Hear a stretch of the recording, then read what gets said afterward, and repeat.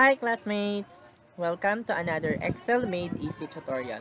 So for today's video, pag-aaralan natin ang isa namang Excel trick kung saan automatically nating may extract yung desired number ng characters to the right of a given text string.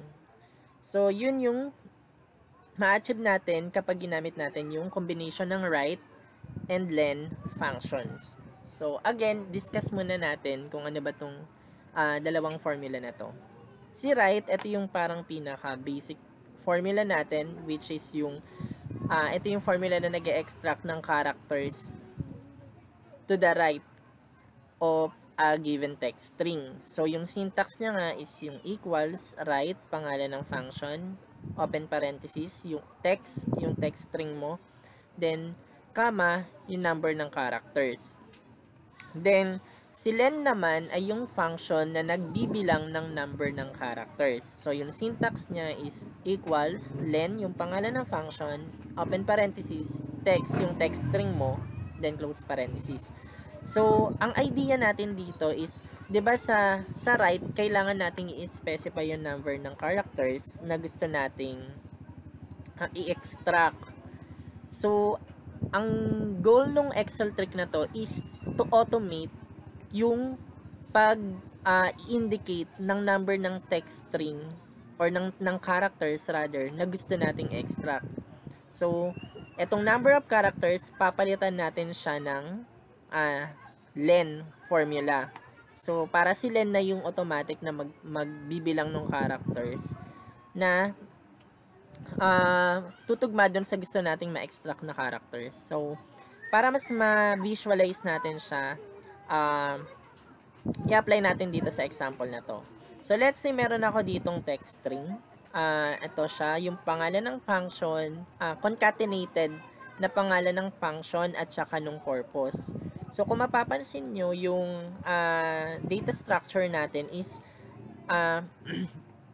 pangalan ng function, space, tapos special character, space, tapos yung purpose. So, ang gusto nating ma-achieve is kunin lang yung, paghiwalayin natin yung function at saka yung purpose. So, yung pinaka-goal natin dito is makuha yung purpose. Itong column na to. Highlight natin to. Yan, ito. So, para ma-achieve natin siya, kailangan nating ma-capture ilan muna yung characters to the left. Kasi yun yung i-remove natin. Tapos, ang gusto nating matira, yung characters to the right, which is pertaining dun sa purpose.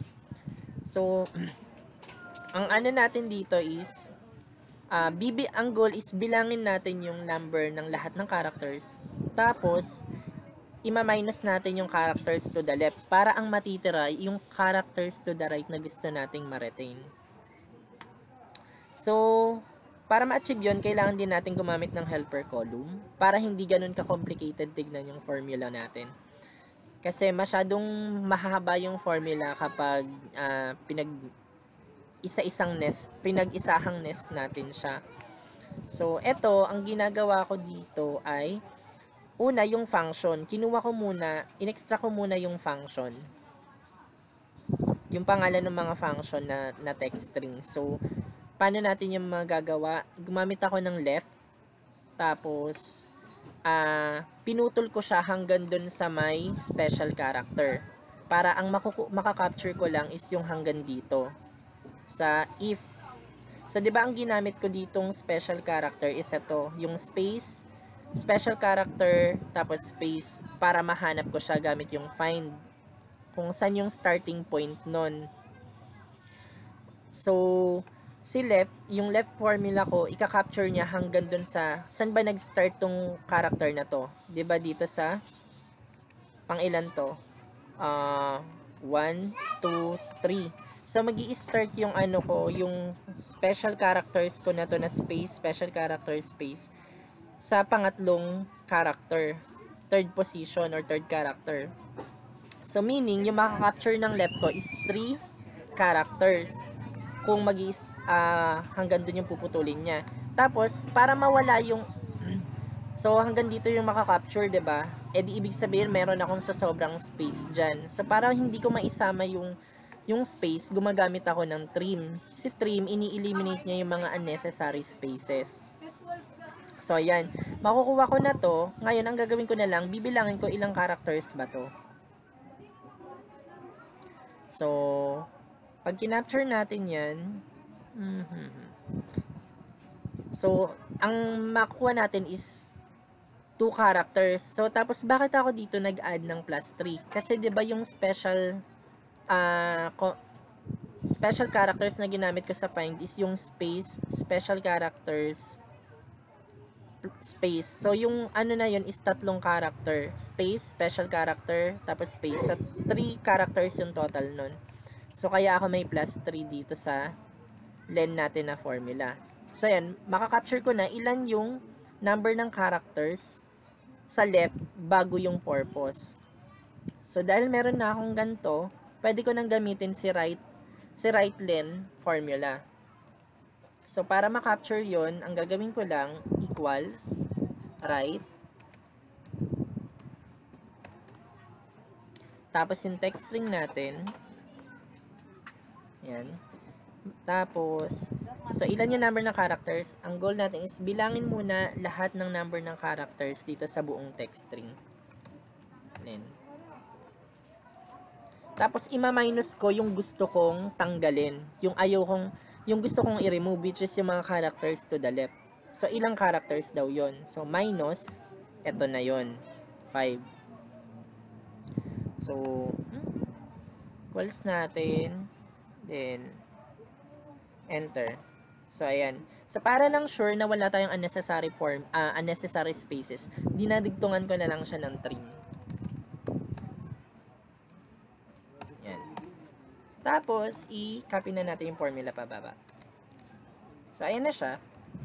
So 'di ba mabilis lang, na-capture natin lahat ng purpose. So ito yung ginagamit kapag gusto mong automated yung template mo. Let's say kasi meron pang isang way kung paano siya paghihiwalayan which is yung text to column. Baka sabihin ng iba, bakit hindi mo na lang i-text to column? So, pwede naman yon. Kaso, the thing is with text to column, kailangan mo siyang ulit-ulitin gawin. Every time na gagawin mo yung let's say, regularly mo tong ginagawa, yung task na to, na kailangan mo paghiwalayan yan. So, every time na gagawin mo siya, magti-text to column ka. So, para ma-eliminate yung repetition dun sa activity, gumagamit tayo ng formula. So, para every time na ipipaste mo na lang yung original text string, automatic makaka-capture na yung yung gusto mong i-extract na string from that original text string. So, ayun, I hope may natutunan kayo sa tutorial natin for today. And kung nagustuhan nyo yung video na ito at sa tingin nyo helpful siya, don't forget to like and subscribe na rin. So, hanggang sa susunod nating tutorial. Bye-bye!